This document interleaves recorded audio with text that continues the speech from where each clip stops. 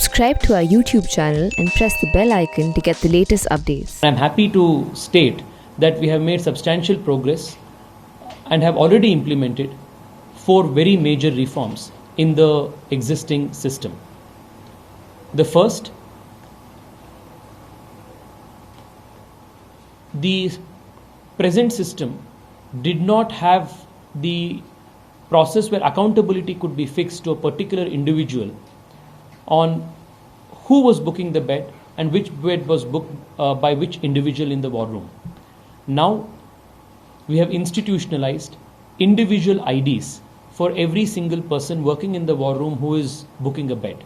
So next to the bed that is allotted, the person, the doctor who's making the bed booking, his name will figure. For example, this is a patient who's been allotted a bed in Victoria Hospital. The doctor from Bengaluru South Zone, Dr. Dhruva U. Gowda, is the person who has booked this bed. So this will fix accountability on people who are booking beds for patients in the war room. The second important reform that we have already instituted is the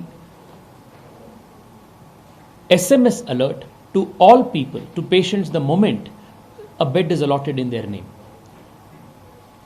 Earlier, a very a crude method of intimating patients of their allotment was in place, where a screenshot would be sent and a call would have gone, but this was resulting in a lot of delays. Now the system will auto-generate an SMS upon allotment of a bed to a patient, and that SMS will suffice for admission in a hospital.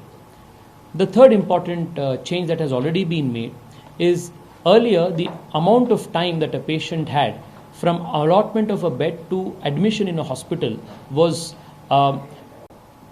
10 hours.